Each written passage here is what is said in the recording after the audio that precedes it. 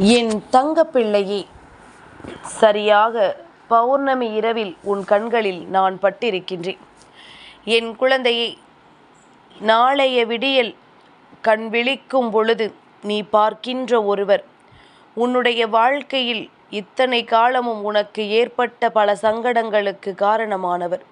அவரே உன்னை தேடி வந்து உனக்கான பிரச்சனையிலிருந்து ஒரு மிகப்பெரிய விடுதலையை கொடுக்கப் போகின்றார். உனக்கு நடந்த ஒவ்வொரு இன்னல்களுக்குமான தீர்வினை இவர் கொடுக்கப் போகின்றார். அப்படி யார் வரப்போகின்றார், இவர் உன் வீட்டிற்கு வருவதனால் உனக்கு என்ன நடக்கும் என்பதனை எல்லாம் நிச்சயமாக என் குழந்தை நீ சரியாக தெரிந்து கொள்ள வேண்டும். உன் தாயானவள் எப்பொழுதும் இந்த நேரத்தில் உன்னை தேடி வருவதற்கான காரணம் என்னவென்று உனக்கு தெரியுமல்லவா? நான் ஒரு நாளும் உன்னிடத்தில் எந்த வகையிலும் பொய்யை சொல்லியோ நடக்காத விஷயத்தை சொல்லியோ உன்னை ஏமாற்ற வருவது கிடையாது. என் குழந்தையின் வாழ்க்கையில் நடக்கின்ற ஒவ்வொரு விஷயங்களையும் நான் என்னவென்று உனக்கு சரியாக சொல்லிக் கொண்டிருக்கின்றேன். உன்னை தேடி வருகின்ற ஒவ்வொரு உண்மைகளையும் நான் உனக்கானதாக ஒவ்வொரு முறையும் சொல்லிக் கொண்டிருக்கின்றேன். அப்படி இருக்கும் பொழுது என் குழந்தை, அதையெல்லாமும் நீ கவனத்தில் கொண்டு ஒவ்வொரு பொழுதையும் சரியான பொழுதாக நீ எதிர்கொள்ளும் பொழுது நிச்சயமாக இந்த வாழ்க்கை அத்தனை விஷயங்களையும் உனக்கு சரியாக கொடுக்கும் என்பதனை நீ மறந்து விடாதே. எந்த நொடியிலும் உனக்கு வேண்டிய விஷயங்கள் நிச்சயமாக இந்த வாழ்க்கை உனக்கு கொடுக்கும் நேரம் இந்த வராகி உன் முன்னால் தோன்றி விடுகிறேன் அல்லவா? எப்பொழுது எல்லாம் மனது குழப்பமடைகின்றதோ, எப்பொழுது எல்லாம் சரிவான முடிவெடுக்க முடியாமல் நீ திணறுகிறாயோ, அப்பொழுது எல்லாம் இந்த வராகி உன்னோடு வந்து நிற்கிறேன் என்பதனை நீ மறந்து விடாதே. என் தங்கமே, இத்தனை நாளும் நான் உன்னோடு வருகின்ற இந்த காலகட்டம் உனக்கு என்னவெல்லாம் சொல்லிக் கொடுத்திருக்கிறது என்று சற்று திரும்பிப்பார். பல பிரச்சனைகளிலிருந்து உன் வாழ்க்கையை மீட்டு கொண்டு வந்திருக்கின்றது. பல கஷ்டங்களிலிருந்து உன்னை மீட்டு கொண்டு வந்திருக்கின்றது. பல இன்னல்களையும் இடர்களையும் தாண்டி நீ வாழ ஆரம்பித்திருக்கின்றாய். நடக்கக்கூடிய விஷயங்கள் அத்தனையிலும் உனக்கான நன்மைகளை நீ தேடத் தொடங்கி இருக்கின்றாய். அப்படி இருக்கும் பொழுது என் குழந்தையே, உன்னோடு நான் இருக்கின்ற அத்தனை விஷயங்களையும் என் பிள்ளை நீ சரியாக தெரிந்து கொள்வதற்காக மட்டுமே என்பதனை நீ புரிந்து கொள்ள வேண்டும். என் குழந்தையே, எந்நாளும் உனக்கான உண்மைகளை நீ சரியாக தெரிந்து கொள்ளும் பொழுது உனக்கு வேண்டிய அத்தனை விஷயங்களையும் நிச்சயமாக என் குழந்தை நீ சரியாக புரிந்து கொள்ள வேண்டும். தெய்வம் ஒரு விஷயத்தை உனக்கு உணர்த்த முயற்சி செய்கிறது என்றால் நிச்சயமாக என் பிள்ளை அதனை நீ தெரிந்து கொள்ள வேண்டும். நிச்சயமாக என் குழந்தை இதனை நீ தெரிந்து கொள்ள வேண்டும். என்னதான் நடக்கிறது, ஏதுதான் நடக்கிறது என்று என் பிள்ளை யோசித்து கொண்டிருக்கும் நேரம், ஒரு கஷ்டமான விஷயத்தை தெய்வம் உனக்கு சொல்ல வருகிறது என்றால் அதற்கும் காரணத்தை நீ தெரிந்து கொள்ள வேண்டும் அல்லவா? அதற்கான விஷயங்களையும் என் பிள்ளை நீ தெரிந்து கொள்ள வேண்டும் அல்லவா? ஒருவர் இந்த உலகத்தை விட்டு செல்லப் போகிறார் என்று தெய்வம் சொன்னவுடன், ஐயோ இப்படி சொல்லிவிட்டாயே, யாரையும் நான் அனுப்ப மாட்டேன், எனக்கு தெய்வமே வேண்டாம் என்று சொல்லிவிடுவது முறையா? அல்லது உண்மையில் தெய்வம் யாரை இங்கிருந்து அனுப்பப் போகிறார் என்பது தெரிந்து கொள்வது முறையா? உனக்குள் இருக்கின்ற எதிர்மறையான விஷயங்களை வெளியே அனுப்பப் போகிறேன் என்று தெய்வம் சொல்கின்றது. ஆனால் அதை நீ கேட்பதற்கு முன்பாகவே நீயாகவே ஒரு முடிவுக்கு வந்து விடுகின்றாய். அவசரப்பட்டு இது போன்று எந்த ஒரு முடிவுகளையும் எடுக்காதே. அதிலும் குறிப்பாக தெய்வம் உன் முன்னால் வந்து நிற்கும் பொழுது தெய்வத்தின் வார்த்தைகளை கேட்பதற்கு முன்பாக நீயாகவே அவசரப்பட்டு ஒரு முடிவுக்கு வந்துவிடக்கூடாது. என் குழந்தையே, நாளைய விடியலில் உன்னை தேடி வரக்கூடிய ஒருவர் நிச்சயமாக உன்னுடைய வாழ்க்கையின் ஒரு புதிய துவக்கத்தையும் ஆரம்பித்து வைக்கக்கூடிய ஒருவராக இருக்க போகிறார் என்பதனை மறந்து விடாதே.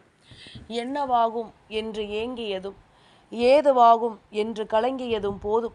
இனி நடக்கக்கூடியது அத்தனையும் உனக்கான நன்மைகளை உனக்கு நடத்தி தரக்கூடியது என்பதனை நீ புரிந்து கொள்ள வேண்டும். இந்த வராகி சொல்வது போல இந்த பௌர்ணமியின் இரவு நாளைய விடியலில் உனக்கு பௌர்ணமியின் விடியலாகத்தானே கிடைக்கும். இன்று மதியத்திற்கு பிறகு பௌர்ணமி திதி ஆரம்பித்து நாளை மதியம் வரை உனக்கு பௌர்ணமி திதி இருக்கின்றது. பௌர்ணமி பூஜைகளை செய்யக்கூடியவர்கள் எல்லாம் நாளைய மதியத்தில் செய்வார்கள் அல்லவா என் குழந்தையே? அப்படியானால் நாளைய விடியல் உனக்கு பௌர்ணமி விடியலாக இருக்கும் பொழுது உன் இல்லம் தேடி வரக்கூடிய ஒருவர் நிச்சயமாக ஒரு விஷயத்தை உனக்கு நடத்தி கொடுக்க போகிறார். என் குழந்தையே, என்ன நடந்தாலும் ஏது நடந்தாலும் நமக்கு நாம் விரும்பியபடி நம் வாழ்க்கை நல்லதை கொடுக்க வேண்டும் என்பதுதானே நம்முடைய எண்ணமாக இருக்கின்றது. மற்றவர்களுக்காக நாம் செய்த விஷயங்கள், மற்றவர்களுக்காக இந்த வாழ்க்கையில் நாம் இழந்த விஷயங்கள் என்று பலவற்றை என் பிள்ளை இந்த வாழ்க்கையில் நீ சந்தித்து விட்டாய். என் குழந்தையை, வாழ்க்கையில் என்ன வேண்டுமானாலும் மாறலாம், எப்பொழுது வேண்டுமானாலும் மாறலாம். ஆனால் எந்த சூழ்நிலையிலும் நீ மாறக்கூடாது என்பதனை முதலில் புரிந்து கொள்ள வேண்டும். இந்த சூழ்நிலைகள் எல்லாம் உன்னை இது போன்ற நிலைக்கு கொண்டு செல்லத்தான் காத்து கொண்டிருக்கின்றது. அதனை எல்லாம் முதலில் நீ புரிந்து கொண்டு முதலில் எப்பொழுதும் எந்த ஒரு நிலையையும் நீ இழந்துவிடக்கூடாது என்பதில் கவனமாக இருக்க வேண்டும். என் குழந்தையை, சூழ்நிலைகள் எதுவும் உன்னை மாற்றக்கூடாது, நீதான் அந்த சூழ்நிலைகளை மாற்ற வேண்டும் என்பதனை முதலில் புரிந்து கொள். எது நடந்தாலும் அதிலிருந்து உனக்கு தெளிவு வேண்டும். வாய்ப்புகள் வரும் என்று காத்திருக்காமல் நீ அதனை உருவாக்க வேண்டும். உன் வீட்டு கதவு என்றாலுமே உள்ளே ஆள் இருக்கும் பொழுது அதை தட்டினால்தானே திறக்கும். அதனால் எப்பொழுதுமே எதையுமே நீ கவனமாக புரிந்து கொள். என் குழந்தையே, உனக்கு புரியும்படி ஒரு உதாரணம் சொல்லவா?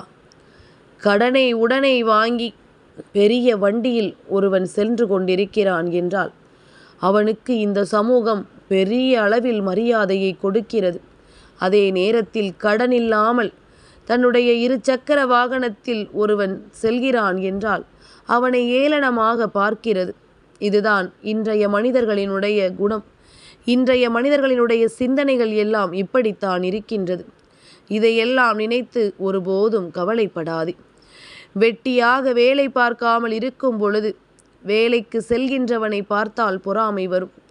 அதே நேரத்தில் வேலைக்கு செல்லும் பொழுது எதுவும் செய்யாமல் இருப்பவனை பார்த்து பொறாமை வரும். வாழ்க்கை அவரவரிடத்தில் இருந்து பார்த்தால்தான் அவர்கள் படுகின்ற கஷ்டம் என்னவென்று தெரியும். அதனால் எப்பொழுதும் எதையுமே வைத்து சட்டென்று ஒருவரை எளிதாக எடை போட்டுவிடக்கூடாது என்பதனை நீ புரிந்து கொள்ள வேண்டும். சுயநலமாக இருப்பவன் தன்னிடத்தில் எல்லா விஷயங்களையும் சேர்த்து கொண்டே செல்வான். ஓடி ஓடி எல்லோருக்கும் உழைப்பவன் எல்லாவற்றையும் இழந்து நடுத்தெருவில் நிற்பான் என்பதுதானே உண்மை. சுயநலமாக இருக்கின்ற இந்த மனிதர்கள் இன்று வேண்டுமானால் எதுவும் அவர்களுக்கு சரியாக தோன்றலாம். நாளை கஷ்டம் என்ற ஒன்று வரும்பொழுதோ, வாழ்க்கையில் ஏதாவது ஒரு பிரச்சனைகள் வரும்பொழுதோ அத்தனை பேரும் இதையெல்லாம் சுயநலமாக எண்ணுவார்கள் என்பதனை மறந்து விடாதே. அத்தனை பேரும் சுயநலமாக நின்று உனக்கு எதையும் செய்து கொடுக்க மாட்டார்கள் என்பதனை புரிந்து கொள்ள வேண்டும். என் குழந்தையே, இந்த காலமும் நேரமும் ஒவ்வொருவரும் செய்கின்ற செயலுக்கு பதிலை சொல்லும். அதுவரையிலும் நீ காத்து கொண்டிருந்தால் அது போதும். அதுவரையிலும் இந்த விஷயங்களை எல்லாம் நீ புரிந்து கொண்டிருந்தால் அது போதும். உனக்கு என்ன நடக்கும் என்றும் ஏது நடக்கும் என்றும் என் பிள்ளை நீ சரியாக உணர்கின்ற நேரம் வரும் வரை நிச்சயமாக எதையும் நீ கவனமாக தெரிந்து கொள்ள தயாராக இரு. எந்த விஷயத்தையும் எண்ணி கலங்காது, எந்த சூழ்நிலையை நினைத்தும் வருந்தாது. நீ எப்பொழுதும் சந்தோஷமாக இருக்க கற்றுக்கொள்ள வேண்டும். இனி எதையுமே நினைத்து நீ வருத்தம் கொள்ளாதே. எந்த விஷயங்களையும் நினைத்து என் குழந்தை நீ வேதனைப்படாதே. உனக்காக இந்த தாயானவள் நான் இருக்கும் பொழுது நீ எதற்கும் கலங்கிவிட வேண்டாம். இந்த நிலை உனக்கு உன் மனசாட்சிக்கு மட்டும் நீ உண்மையாக இருந்தால் போதும் என்பதனைத்தான் உனக்கு எடுத்துச் சொல்கின்றது. யாரிடத்திலும் உன்னை நிரூபிக்க வேண்டிய அவசியம் உனக்கில்லை. என் குழந்தையே, உன்னுடைய மனதின் குரலே உனக்கு மிகப்பெரிய வழிகாட்டியாக இருக்கும் என்பதனை நீ மறந்து விடாதே. உன்னுடைய தனித்துவமே உன்னுடைய பலம். உன்னுடைய உண்மைக்கு மதிப்பு கொடுத்து இந்த வாழ்க்கை உன்னை வாழ வைக்கும் என்பதனை புரிந்து கொள். சுயமரியாதையோடு நிம்மதியாக நீ வாழ வேண்டும். எப்பொழுதுமே மற்றவர்களினுடைய வார்த்தைகளுக்கு நாம் மதிப்பு தரும் பொழுது இந்த வாழ்க்கை நமக்கு தரக்கூடிய பல விஷயங்களை என்னவென்று சொல்லிவிடாமல் சென்று விடும் அல்லவா? எப்பொழுதும் போல இந்த வாழ்க்கை உனக்கு எந்த சூழ்நிலைகளை எல்லாம் கடந்து வர துடிக்கின்றதோ அதையெல்லாம் நீ சரியாக பெற்றுக்கொள்ள வேண்டும் என்பதனை நீ மறந்து விடாதே. உனக்காக எப்பொழுதும் இந்த வராகி உன்னை தொடர்கின்ற நேரம் இந்த வாழ்க்கை உனக்கு கொடுக்கின்ற ஒவ்வொரு விஷயங்களையும் நீ என்னவென்று கவனமாக தெரிந்து கொள்ள உனக்கான பல முயற்சிகளை உறுதியாக செய்து கொடுக்கும் என்பதனை நீ புரிந்து கொள்ள வேண்டும். சட்டென்று எல்லா அதிசயங்களையும் உனக்கு நான் நடத்தி கொடுக்க தயாராக இருக்கின்ற இந்த நேரம், என் குழந்தை, நீ எதையும் நினைத்து கலங்காமல், உன்னை சுற்றி நடக்கின்ற எந்த விஷயங்களையும் நினைத்து வருந்தாமல், எப்பொழுதும் போல உன்னுடைய எதிர்காலத்தை நினைத்து நீ உனக்காக வாழ்வதற்கு கற்றுக்கொண்டால் அது போதும். இனி நடப்பது ஒவ்வொன்றும் நிச்சயமாக உன்னை நல்வழிப்படுத்தும் என்பதனை நீ தெரிந்து கொள்வாய். என் குழந்தையே, இந்த நேரம் உனக்கு என்னவாகிறது என்பதனை நீ உணரும் தருணம். இனி உனக்கு நடப்பது எல்லாமும் நிச்சயமாக நல்லபடியாகவே நடக்கும் என்பதனை நீ தெரிந்து கொள்வாய். என் குழந்தையே, அம்மா சொல்வது போலத்தான் நாளைய விடியல் பௌர்ணமியினுடைய விடியலாக இருப்பதனால் உன்னை தேடி உன்னை காண வரக்கூடிய இவர் வேறு யாரும் இல்லை, உன்னுடைய குலதெய்வம். பௌர்ணமி நாளில் உன் வீட்டில் ஒரு விஷயத்தை நடத்திவிட வேண்டும் என்பதில் அவர்கள் உறுதியாக இருக்கும் பொழுது நிச்சயமாக அதனை நடத்தி கொடுக்காமல் எங்கும் செல்ல மாட்டார்கள் என்பதனை நீ புரிந்து கொள்ள வேண்டும். வாழ்க்கை இந்த உலகம் தெரியாத வரையில் இனிமையாகத்தான் இருக்கும். இந்த உலகம் என்னவென்று தெரியும் பொழுது, நம்மை சுற்றி இருக்கின்ற மனிதர்கள் எல்லாம் என்னவென்று தெரியும் பொழுது, நமக்கு நடக்கின்ற எல்லா சூழ்ச்சிகளும் தெரியும் பொழுது, எல்லோருடைய மனதிலும் தீய எண்ணங்கள் தான் இருக்கிறது என்பது தெரியும் பொழுது, இப்படியாக ஒவ்வொரு விஷயங்களும் வாழ்க்கையில் நம்மை பாடாய்படுத்தும் வரையிலும் இந்த வாழ்க்கை இனிமையாகத்தான் இருக்கிறதல்லவா? என் குழந்தையே, எதற்காகவும் நீ கலங்காதே, எதற்காகவும் நீ வருந்தாதே. உன்னை சுற்றி வரக்கூடிய எல்லா சூழ்நிலைகளையும், உன்னை தேடி வரக்கூடிய எல்லா உண்மைகளையும் நீ என்னவென்று புரிந்து கொண்டால் அது போதும். அது உனக்கான மாற்றத்தை உனக்கென ஒவ்வொரு நாளும் சரியாக உணர்த்தி கொடுக்கும் என்பதனை நீ புரிந்து கொண்டால் அது போதும். உன் குலதெய்வம் பௌர்ணமி விடியலில் உன் இல்லத்தை தேடி வருகின்ற நேரம், என் பிள்ளை, நீ எக்காரணம் கொண்டும் அதனை நீ தொலைத்து விடாதே. எந்த சூழ்நிலைகளை கொண்டும் என் பிள்ளை அதை நீ விட்டு விடாதே. இனி எப்பொழுதும் உனக்கான நம்பிக்கையை நீ பெற வேண்டிய நேரம். நாளைய விடியல் ஆவணி அவிட்டம், அதாவது வேதங்களை படிப்பதற்கு புதியதொரு துவக்கத்தை உருவாக்குகின்ற ஒரு நாள். என் குழந்தையே, ஒரு புதிய துவக்கம் இந்த நாளில் ஒருவருக்கு இருக்கும் என்றால் நிச்சயமாக அது அவர்களினுடைய வாழ்க்கையில் ஒரு பேரானந்தத்தை உருவாக்கி கொடுக்கும். அவர்கள் எதிர்பார்த்ததை விட பல சிறப்பான விஷயங்களை அவர்களுக்கு சொல்லிக் கொடுக்கும் என்பதுதான் உண்மை. என் குழந்தையே, அம்மா சொன்ன வார்த்தைகளின் மீது உனக்கு நம்பிக்கை இருக்கும் என்றால் நாளைய பௌர்ணமியின் விடியலில் உன்னுடைய இல்லத்தின் வாசலில் கற்பூரம் ஏற்றி உன் குலதெய்வத்தை உள்ளே வரவழைத்து விட்டு திரும்பி பார்க்காமல் செல்.